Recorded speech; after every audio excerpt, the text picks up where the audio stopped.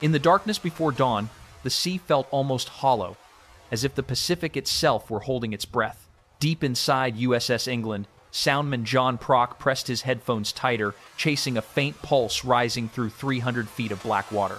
It was the kind of sound a man only hears after hours of strain. Propellers cavitating, metal shifting under pressure, a living machine trying to disappear into the ocean's endless silence. Prock's back ached, his eyes burned, and the last of his coffee had gone cold long ago, but he didn't dare look away. Somewhere beneath him, a Japanese submarine was twisting through the depths, using every trick its commander knew to break free. One wrong move, one lost echo, and the hunter would become the hunted. Above the sonar room, officers moved quietly, waiting for a signal they could trust. No one on board knew that this moment, this thin thread of sound in the dark, was part of a streak unlike anything in naval history. No one knew the cost. No one knew the stakes. What does it take for an unremarkable escort ship to become the most lethal submarine hunter of the Pacific War? The war in the Pacific had entered a stage where silence could be deadly. Japanese submarines, from the massive I-class boats to the smaller but agile Roe-class vessels, moved through the Solomon Islands and the waters off New Guinea with alarming freedom. Their mission was not glamorous. They scouted. They shadowed American convoys. They reported fleet movements that shaped Japan's decisions at sea. And when the moment was right, they struck. For months, American commanders understood the scale of the problem, but lacked the means to solve it. Sonar could find a submarine, but it could not hold the contact through the final seconds of an attack. The blind spot, that vanishing act at 200 yards, turned every close-range run into a guess. And in war, guessing was a luxury no escort ship could afford. Depth charges detonated with thunder, but thunder meant very little when a submarine could slip away unseen. The early war kill rate told the truth more plainly than any report. 3%. Most attacks simply failed. Into this landscape stepped a weapon that promised to change the odds. The Hedgehog was not elegant, it was purposeful. 24 contact-fused projectiles hurled forward in a tight elliptical pattern, detonating only when they struck steel. No more guessing. No more waiting for the water to calm. Silence meant a miss. Explosions meant a kill. The British had built it from bitter lessons in the Atlantic. The United States adopted it out of necessity, but only a handful of ships carried it in early 1944. USS England was one of them. The ship herself was modest, a Buckley-class destroyer escort with reliable engines, steady handling, and a crew of 186 men. What she lacked in size, she made up for in discipline. Lieutenant Commander Walton Pendleton commanded the ship, but he was the first to admit that his executive officer, Lieutenant John Williamson, possessed the sharper instinct for anti-submarine warfare. Pendleton trusted him completely. During combat, Williamson would take the con. Training off the California coast had forged the crew into a unit that moved with quiet precision. Williamson drilled them endlessly. Hedgehog attacks at dawn, sonar tracking in heavy seas. Emergency maneuvers repeated until muscle memory replaced hesitation. Soundmen like John Prock and Roger Bernhard learned to recognize the faint signatures of underwater life: cavitation, hull pops, ballast flooding. They learned to hear the difference between an echo and a presence. By early 1944, the crew felt ready. But readiness did not guarantee opportunity.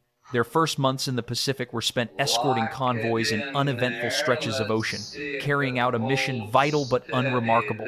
The men watched the horizon and wondered whether all their training would ever be tested.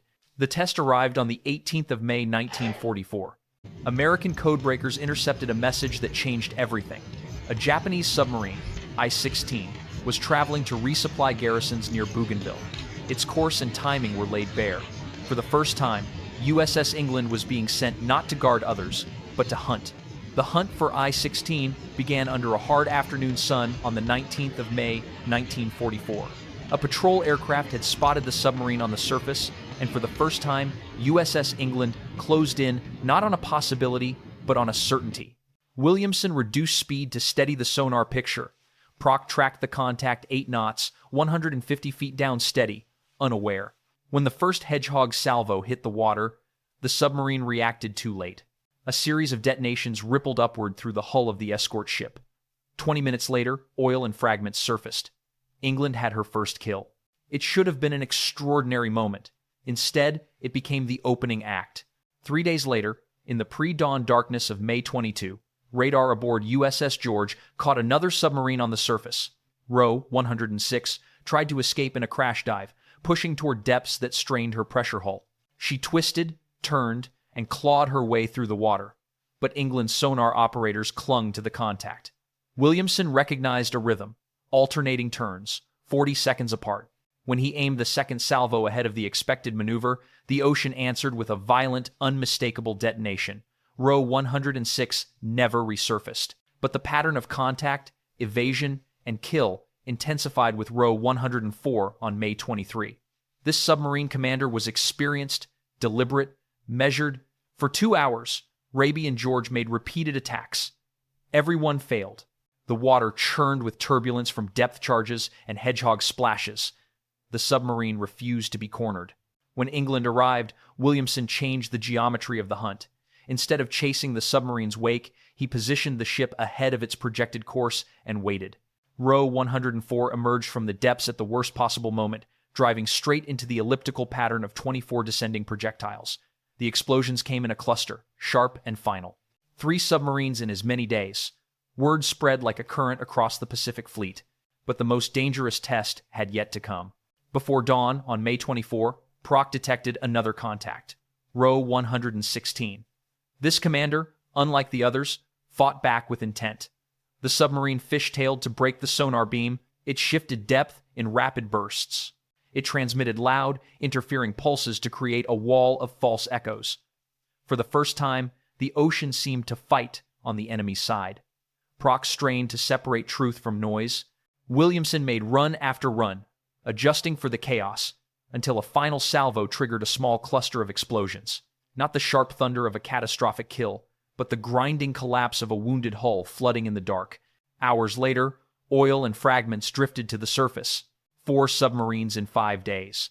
The sea had not seen anything like it, and yet the hunt was far from over. By May 26, the crew of USS England was running on exhaustion. Sleep came in stolen minutes. Muscles ached. Even the steady hum of the ship's engines felt heavier than usual. They were on their way to Manus for fuel and ammunition when the sea presented them with another test. Shortly before midnight, Raby detected a surface contact, Row 108. The groan that rolled through England's passageways was quiet but unmistakable. They had just enough Hedgehog rounds for one final shot. Row 108 dove before the destroyer escorts closed in. Raby lost contact. George searched the darkness in widening arcs. Then Prock, unshakable even through days of strain, called out a clean, unmistakable sonar return. Williamson maneuvered England into position for a single, unforgiving attack. At 2,323, 12 projectiles left the launcher. 2 seconds of silence followed. Then multiple detonations rose through the hull. Row 108 broke apart, and 53 men disappeared with her into the black water. 5 submarines in 8 days. It was a record that should have ended there. But war seldom respects limits. On May 31, the last submarine of the picket line, Row 105, found itself trapped in a shrinking cage of American warships. For 24 hours, destroyers Hazelwood, Hole, Heerman, and McCord hammered the sea with depth charges and Hedgehog attacks. Each time, the submarine twisted free. She hid in thermal layers, maneuvered into positions that forced the Americans to withhold fire, and dove through pockets of disturbed water to break sonar contact. The commanders aboard Row 105 fought with a level of discipline that slowed the noose tightening around them. At dawn, England arrived. Commander Haynes, overseeing the hunt, sent the briefest of instructions. The message would become famous. "Oh hell, go ahead, England!" Williamson understood instantly. The other ships had pushed Row 105 into a narrow funnel between Raby and George. Any attack required precision. Too shallow a salvo could endanger friendly ships. Too deep, and the submarine would slip beneath the spread. Prock gave the bearing.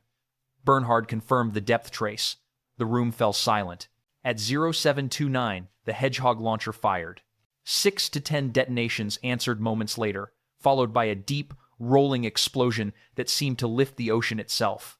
Row 105 was gone. 55 men vanished with their captain, including Submarine Division 51's commander, Captain Cato Ryunosuke. In 12 days, 6 submarines had fallen. The cost to Japan was not only the lives of its submariners, but the collapse of a reconnaissance line meant to warn of American carrier movements. For USS England, the cost was measured differently. Sweat, discipline, and a crew stretched to the edge of human endurance. It was a triumph, born not from glory, but from relentless pressure and the quiet, unbreakable resolve of men who refused to fail. The destruction of Japan's scouting line spread far beyond the quiet arcs of water where each submarine disappeared. In military terms, the impact was immediate and unmistakable. Japan had relied on its submarines not as commerce raiders but as eyes and ears for the combined fleet. Their mission was reconnaissance, early warning, and the opportunity to strike at major American warships when conditions favored them. Losing 6 boats in 12 days did more than thin their numbers. It blinded them. American commanders recognized the shift almost at once. The collapse of the picket line meant the Japanese no longer possessed a coherent picture of the movements of American carrier groups pushing toward the Marianas. Without submarine reports, Japan entered the Battle of the Philippine Sea, effectively blind. Their pilots flew into the largest carrier battle of the war without accurate intelligence on American disposition, a disadvantage that contributed to the decisive American victory known as the Great Marianas Turkey Shoot. Strategically, the lesson echoed through every level of the U.S. Navy. Technology mattered. Hedgehog changed anti-submarine warfare by closing the blind spot that had protected submarines for years. But technology alone did not explain England's results. Other ships carried Hedgehog. None matched her record. What set England apart was a fusion of intelligence, doctrine, and training. American codebreakers provided the targeting information. Williamson's relentless preparation sharpened the crew. The ship's operators turned practice into instinct and instinct into action. In Washington and Pearl Harbor, senior officers took note. England's patrol validated investments in forward-firing weapons and reinforced the importance of radio intelligence. But the world outside the Navy saw something else. A small escort ship, modest in appearance, rising through skill and discipline to deliver a strategic blow disproportionate to her size. Even among America's allies, the effectiveness of combined technology and intelligence reinforced broader truths about modern naval warfare. For Japan, the psychological cost was severe. Submarine commanders, who once maneuvered with confidence, became cautious, spending long periods submerged at speeds too slow for effective reconnaissance.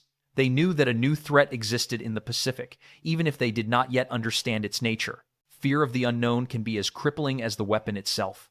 In the end, the events of May 1944 reshaped the undersea balance of the Pacific War, marking a turning point where American mastery of intelligence, technology, and seamanship converged into undeniable strategic advantage.